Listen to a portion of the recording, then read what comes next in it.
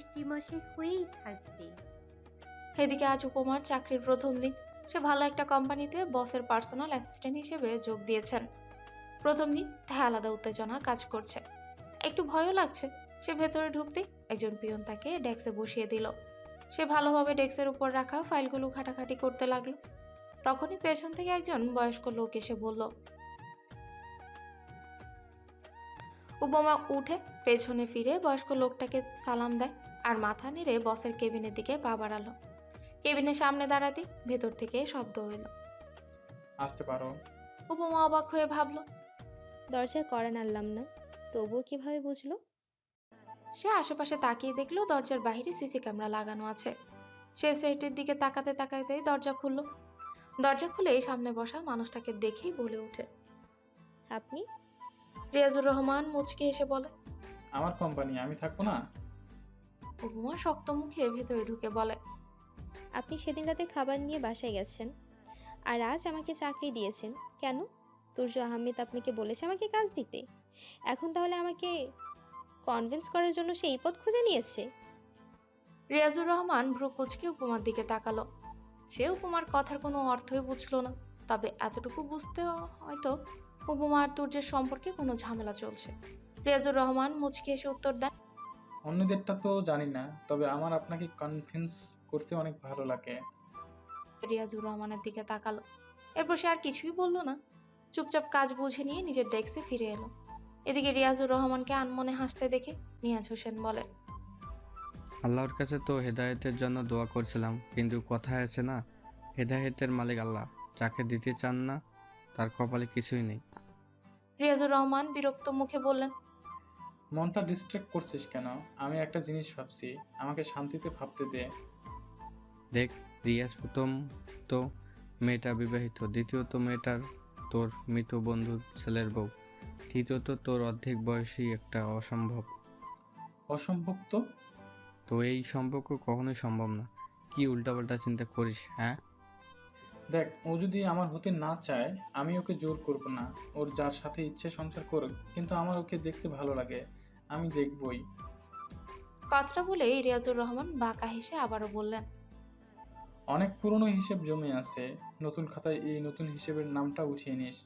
এতদিন মাঠে ছিল দুই প্রতিদ্বন্দ্বী, এবার নেমেছে নতুন খেলোয়াড়। মাঠ যাতে পরিষ্কার থাকে, কারণ আমি প্রথম ব্যাটেই আমার প্রতিদ্বন্দ্বীকে আউট করে দিব।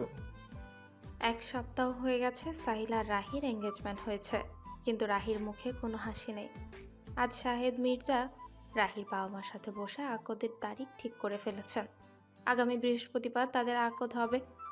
এদিকে সাহিল রাহিকে একা ছাদের এক কোনায় দাঁড়িয়ে থাকতে দেখে তার হাত শক্ত করে চেপে ধরে বলে। আমি বুঝতে পারছি না, তুমি হঠাৎ এমন অদ্ভুত আচরণ কেন করছো? রাহি ভ্রুকুচকে বলল। আমি কখন অদ্ভুত আচরণ করলাম? আমি তো আগের মতোই আছি। তুমি মোটেও আগের মতো নেই। তুমি হঠাৎ আমার কাছ থেকে দূরত্ব রাখা শুরু করছো। Why Rahi, why? রাহি কোনো উত্তর না দিয়ে মুখ ঘুরিয়ে নিল। সাহিল দাঁতে দাঁত চেপে বলে। তোমার এই আচরণের পেছনে আরাফ চৌধুরী নেই তো? ইদানিং তোমাদের মধ্যে খুব ভালো জমেছে দেখছি। কত দূরে এগিয়েছো? রাহি চোখ বড় বড় করে বলে। সাহিল, আমি তোমার উল্টাপাল্টা প্রশ্নের উত্তর দেওয়ার প্রয়োজন মনে করছি না। আরাফের সাথে আমার কোনো সম্পর্ক নেই, শুধু দেখা হলে টুকটাক কথাবার্তা হয়। শুধু টুকটাক কথা বলার জন্য রেস্টুরেন্টে বসার কি খুব প্রয়োজন ছিল? রাহি তাচ্ছিল্যে সুরে বলে। ওহ, তাহলে তুমি আমার পেছনে তোমার লোক লাগিয়ে দিয়েছো, তাই না? তুমি আমার ভালোবাসার মানুষ, আমি কেন তোমার পেছনে লোক লাগাবো? আমি তোমাকে অনেক বিশ্বাস করি রাহি। আমি তো তোমার সেফটির জন্য কিছু লোক রেখেছিলাম। রাহি সাহিলের দিকে তাকিয়ে বলে। আমি আরাফের সাথে মাঝে মধ্যেই দেখা করি, এমনকি ওর চেম্বারেও চলে যাই, কারণ আমার ওর সাথে কথা বলতে ভালো লাগে।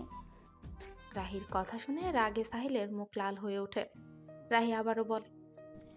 যেখানে আমার তোমার সাথে সময় কাটানো উচিত ছিল, সেখানে আমি আমার সময়টা তোমাকে দিতে চাচ্ছি না।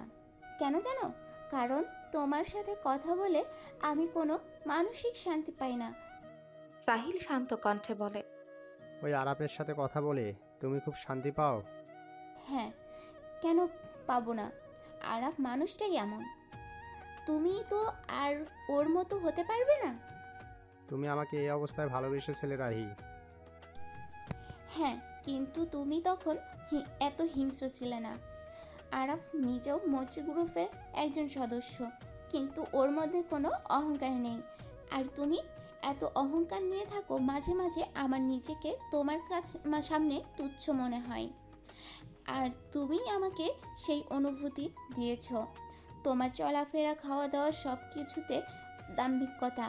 আমি তোমার সাথে শান্তি পাচ্ছি না সাহিল। আমি একজন প্রকৃত মানুষকে চাই, কৃত্রিম মানুষকে নয়। সাহিল হাত মুঠো করে মুখ ঘুরিয়ে নেয়।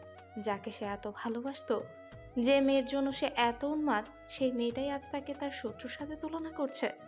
নিজের রাগ নিয়ন্ত্রণ করে সাহিল শান্ত কণ্ঠে বলে, তুমি ওই আরাফ চৌধুরীর সাথে আমার তুলনা করে ভালো করনি। শোনো, বৃহস্পতিবার আমাদের আকদ। তোমার ইচ্ছা থাকুক বা না থাকুক, এই বিয়েটা তো হবেই। তোমাকে পাওয়ার জন্য যদি আমার কাউকে পৃথিবী থেকেই মুক্তি দিতে হয়, তাহলে আমি বিনা দ্বিধায় তাকে মুক্তি দেব। রাহি সাহিলের হাত ধরে বলে, কি করবে তুমি? তুমি কিন্তু উল্টাপাল্টা কিছু করবে না সাহিল।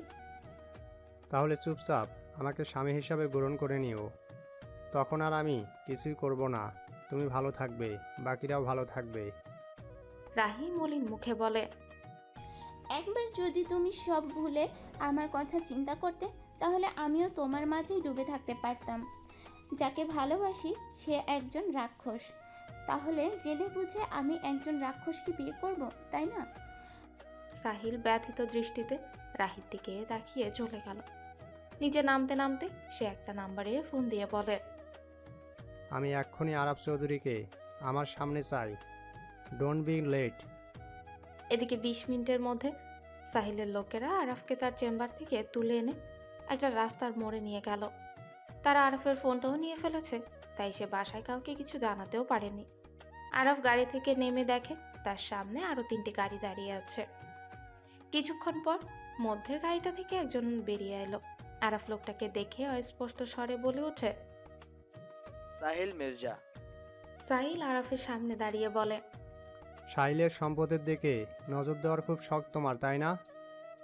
আরাফ ভ্রু কুঁচকে সাহিলের দিকে তাকায়। সাহিল আবারও বলে, তোমার বন্ধু আর ভাই ইমন আর আহনাব ভালোই তো এটা কোম্পানিকে একবারে মত্র কোম্পানির মতো উপরে উঠিয়ে নিচ্ছে। কিন্তু আমার জায়গাটা ধরা অত সহজ নয়। যতদিন আমার পজিশন 1, ততদিন আমি নাম্বার 1। আর আমাকে তুমি কখনো হারাতে পারবে না। আমার বাবা তোমার বাবা চাচাদের সাথে কম্পিটিশনে সবসময় সেকেন্ড পজিশনে ছিল, কিন্তু আমি শাহেদ মির্জা নই। আমাকে তোমরা এত সহজে সেকেন্ড পজিশনে আনতে পারবে না। আরাফ বুকে হাত গুজে বলে, এটা বলার জন্য আমার সব পেশেন্টকে বসিয়ে রেখে আমাকে এখানে উঠিয়ে এনেছো?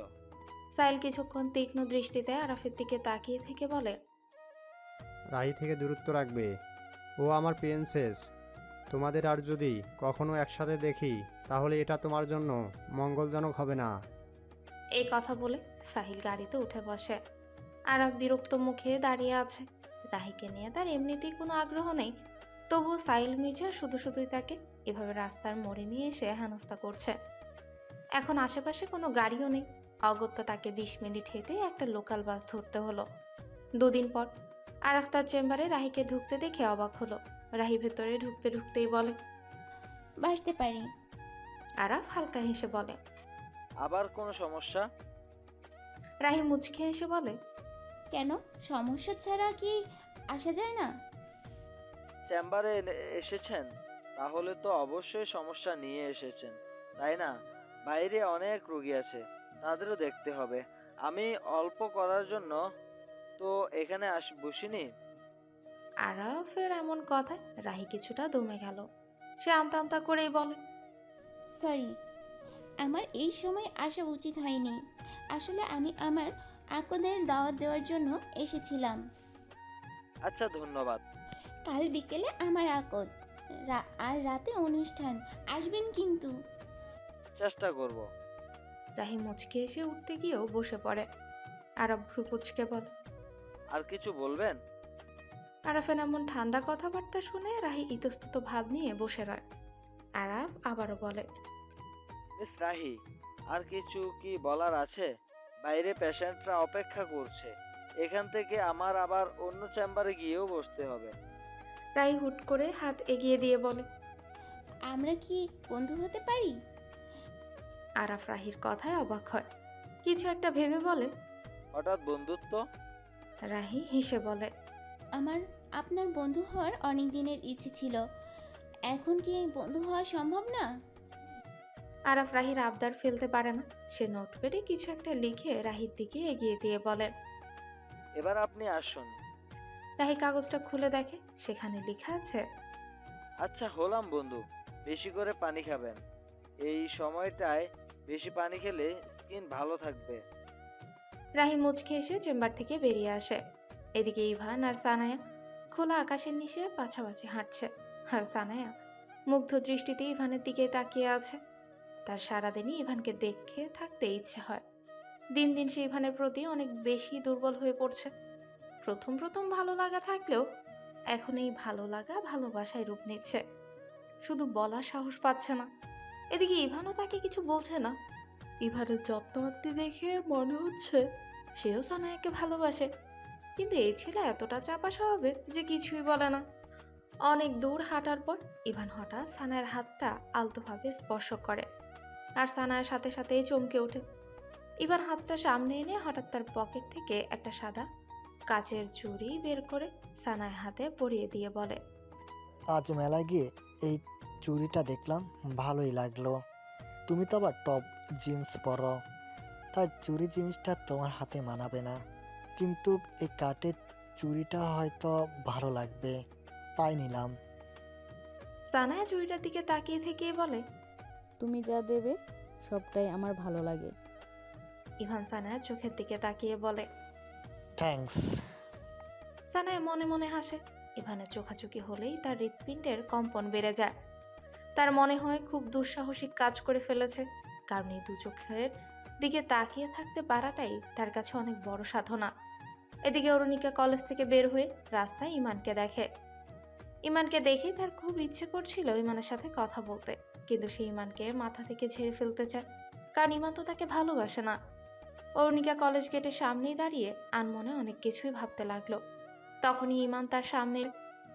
হাই অরুণিকা, কেমন আছো? ইমানের কণ্ঠ শুনে অরুণিকা চমকে ওঠে। সে হালকা হেসে বলে, জি ভালো আছি। ক্লাস শেষ, বাসায় যাচ্ছ? হ্যাঁ। চলো আমি তোমাকে নামিয়ে দিয়ে আসি। না না না, আহনাফ আসবে, ও বলেছে এখানেই দাঁড়িয়ে থাকতে। ও আচ্ছা। ইমান এবার অরুণিকার পাশে দাঁড়িয়ে রয়। অরুণিকা ভ্রু কুঁচকে বলে, আপনি এখানে কেন দাঁড়িয়ে আছেন? তোমাকে পাহারা দিচ্ছি। অরুণিকা অভিমানী কণ্ঠে বলে, আপনি কেন আমাকে পাহারা দেবেন? আপনাকে তো কেউ এই দায়িত্ব দেয়নি। ইমান মুচকি এসে বলে, দায়িত্ব দিতে হয় না, নিতে জানতে হয়। আর কিছু দায়িত্ব নিতে এমনিতেই ভালো লাগে। অরুণিকা মনে মনে বলে, কেমন খচ্চর, ভালোবাসে অন্য কাউকে আর পাহারা দেবে আমাকে? আমার হবু বর অন্য কোনো মেয়েকে পাহারা দিলে আমি তো তার পা গুঁড়ো করে দিতাম। ইমান অরুণিকার সামনে এসে বলে। মনে মনে কি ভাবছো? অরুণিকা কোনা চোখে ইমানের দিকে তাকায়, বলে, বিয়ের দাওয়াত দেবেন না? ইমান অবাক হয়ে বলে, যেখানে বউয়ের খবর নেই সেখানে বিয়ের দাওয়াত তো স্বপ্ন। মানে? মানে আমি তো এখনো বিয়ে করার চিন্তা ভাবনা করিনি। বিয়ে নিয়ে ভাবতে আরো সময় লাগবে। অরুণিকা অবাক হয়ে বলল, কিন্তু আহনাফ যে বলল আপনার বিয়ে হবে। কখন বলেছে?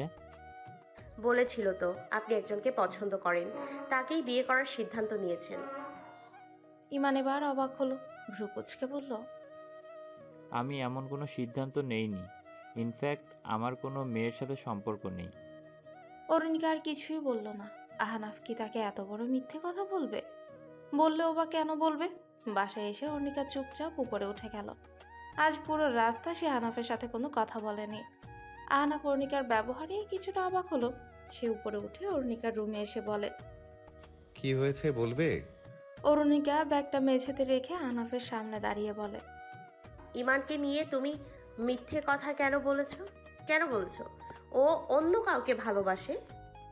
আহনাফ অরুণিকার প্রশ্ন শুনে চমকে ওঠে। অরুণিকা বলল, আমি তোমাকে বিশ্বাস করেছি আনব। তুমি আমাকে মিথ্যে কথা কেন বলেছো বলো? আহনাফ অরুণিকার হাত ধরে বলে, কারণ আমি চাই না তুমি ইমানকে নিয়ে কোনো স্বপ্ন দেখো। ইমান তোমার জন্য পারফেক্ট না। তাহলে কি তুমি আমার জন্য পারফেক্ট? আমরা তোমাকে এমনিতেই বাইরে বিয়ে দেবো না অরু, এটাই তোমার বাবার ইচ্ছে ছিল। অরুণিকা মলিন মুখে বলে, সম্পত্তি 50 ভাগ অংশ এগুলোর জন্য তোমরা আমাকে বেঁধে রেখেছো? না অরু, আমাদের মূল সম্পদ তো তুমি। তোমাকে হারিয়ে ফেললে আমাদের কি হবে? আমার সম্পত্তির কি কোনো মূল্য নেই তোমাদের কাছে? ইমন তার ভালোবাসার মানুষকে বিয়ে করেছে। তাহমিদ সতু আপুর জন্য সব করতে প্রস্তুত। উপমা ভাবি রকস্টারের জন্য নিজের সব খুশি ত্যাগ করে দিয়েছে। এদের সবার ভালোবাসা তোমাদের চোখে পড়ছে, আমারটা কেন দেখছো না আহনাফ? আহনাফ রাগী কণ্ঠে বলে, কি বুঝো তুমি ভালোবাসার? আমি আহনাফকে পছন্দ করি আহনাফ, আর তুমি আমাকে ওর সম্পর্কে মিথ্যে বলেছ। আমার কি এখন এই কথা আরাফকে জানানো উচিত নয়? আহনাফ বলল, জানাও আরাফকে, সবাইকে জানাও, যা করার করো। বিয়ে তো তোমার আমার সাথেই হবে, আর এই সত্যটা মাথায় ঢুকিয়ে রাখো। কয়েক মিনিটের মধ্যে অরুণিকার রুমটা ধ্বংসস্তূপে পরিণত হয়েছে। ভাঙচুর শব্দ শুনে সবাই অরুণিকার রুমের দিকে ছুটে এলো। ঘরের অবস্থা দেখে সবাই নিশ্চুপ দাঁড়িয়ে আছে। ঘরের সাথে লাগানো বারান্দার দরজার পেছনেই চুপটি করে অরুণিকা দাঁড়িয়ে আছে। তার চোখে অশ্রু টলমল করছে। আরাফকে দেখে সে এগোতে গিয়েও থমকে গেল। তার সামনে আহনাফ দাঁড়িয়ে আছে। আরাফের কাছে যাওয়ার জন্য আহনাফকে ডিঙিয়ে যেতে হবে, আর এই মুহূর্তে আহনাফের রাগী ভাবমূর্তি দেখে তার আর সেই সাহস হচ্ছে না। আজ অনেক বছর পর সবাই আবার আহনাফের সেই ভয়ঙ্কর রূপটা দেখেছে। ছোটবেলা থেকেই তার বদমেজাজ, আর রেগে গেলে সে অনেক বেপরোয়া হয়ে ওঠে। আর এই কয়েক বছরে সে নিজের রাগটাকে যথেষ্ট নিয়ন্ত্রণ করেছিল, কিন্তু আজ হঠাৎ কি এমন হলো যার জন্য আহনাফ তার এত বছরের নিয়ন্ত্রণটা হারিয়ে ফেলেছে। মাউসিয়াত কিছু একটা বলতে যাবে, তখন ইমন তার হাত ধরে তাকে চুপ করিয়ে দিল। আরাফ আরবান তালুকদারকে উদ্দেশ্য করে বলল, মামা আপনি রুমে যান, আমরা দেখছি কি হয়েছে। আরবান তালুকদার কোনো শব্দ না করে ঘরে চলে গেলেন। আরাফ এবার ধীর পায়ে ভাঙা জিনিসগুলোকে পা দিয়ে সরিয়ে রুমে ঢুকে অরুণিকা আরাফকে কাছে আসতে দেখে শব্দ করে কেঁদে দিল। অরুণিকার কান্নার শব্দ শুনে মুহূর্তে আহনাফের পুরো পৃথিবীটাই থমকে গেল। তার সবকিছু কেমন যেন ঝাপসা হয়ে আসছে, চোখ দুটো ঘোলাটে হয়ে যাচ্ছে। নিজের শরীরের ভার ছেড়ে দিয়ে সে ধপ করে ভাঙা ফার্নিচারের উপর বসে পড়ে। মেঝেতে আয়না আর টেবিলের প্যারেকগুলো ছড়িয়ে আছে। আরাফ সাথে সাথে আহনাফকে ধরে বলে, এখানে বসেছিস কেন? উঠ উঠ, চল ঘরে চল। আহনাফ কাপা কণ্ঠে বলে, আমি লোভী, আমার মন মানসিকতা খারাপ, আমি মিথ্যুক। এসব কি বলিস আহনাফ? তুর্য ঘরে ঢুকে অরুণিকাকে দরজার পেছন থেকে বের করে রুমের বাইরে নিয়ে এলো। রুম থেকে বের হয়ে মাউসিয়াতকে জড়িয়ে ধরে ফুপিয়ে কেঁদে ওঠে। মাউসিয়াত তাকে সান্ত্বনা দিতে লাগলো। ইমন ইশারায় অরুণিকাকে অন্য রুমে নিয়ে যেতে বলে। অরুণিকাকে নিয়ে যাওয়ার পর তাহমিদ অরুণিকার রুমের ফ্যানটা চালু করে দেয়। আরাফ আর ইভান মিলে আহনাফকে উঠিয়ে বিছানায় বসালো। তুর্য আর ইমন ভাঙা জিনিসগুলো উঠিয়ে একপাশে জড়ো করতে লাগলো। ইভান রুমের দরজা বন্ধ করে দিয়ে বলে, এখন বল, হয়েছেটা কি? আহনাফ কিছুক্ষণ চুপ করে থেকে বলে, আমার বলতে ইচ্ছে করছে না। তুর্য বলল, না বলে বুঝবে কিভাবে? তাহমিদ বলল, থাক, এখন কিছু বলতে হবে না। তোর যাকে ইচ্ছে যখন ইচ্ছে বলিস, কিন্তু মনের মধ্যে রাখিস না। আহনাফের চোখ দুটো ছলছল করে ওঠে। ইভান তার কাঁধে হাত বুলিয়ে দিতে দিতে বলে, ও তোর সাথে বিয়ে দেবি করেছে? আরাফ ইভানের হাত ধরে তাকে চুপ করিয়ে দিল। সবাই আহনাফকে ঘিরে বসে আছে। সে তার অশ্রুগুলো আড়াল করার জন্য হাত দিয়ে মুখ ঢেকে রাখে। অনেকক্ষণ পর সে বল, অরু ইমানকে ভালোবাসে, ভুলটা আমারই হয়েছিল। আমি ওকে ইমানের সম্পর্কে মিথ্যা কথা বলেছি। আমি বানিয়ে বানিয়ে বলেছিলাম ইমান অন্য কাউকে ভালোবাসে আর সেই মেয়েটিকেই বিয়ে করবে, কিন্তু সত্যিটা তো ছিল আমি এসব বিষয় নিয়ে ওর সাথে কোনো কথাই বলিনি। তাহমিদ বলল, ইমানকে ভালোবেসে এটা তোকে অরুণিকাই বলেছে? হ্যাঁ। ইমন জিজ্ঞেস করলো, ওদের মধ্যে কি কোনো সম্পর্ক আছে? না, নেই। আজই প্রথম সেই ইমানের সাথে একা কথা বলার সুযোগ পেয়েছে, আর আজই সব সত্য জেনে ফেলেছে। অদ্ভুত, আজ প্রথম কথা হলো, আবার ভালোবাসে, এটা কেমন কথা? আহনাব দাঁতে দাঁত চেপে বলল, এটা অরুর কথা, ওকে জিজ্ঞেস কর কিভাবে ভালোবাসে, কি দেখে এত ভালোবাসা উতলে পড়ছে যে আমাকেও আজ লোভী খারাপ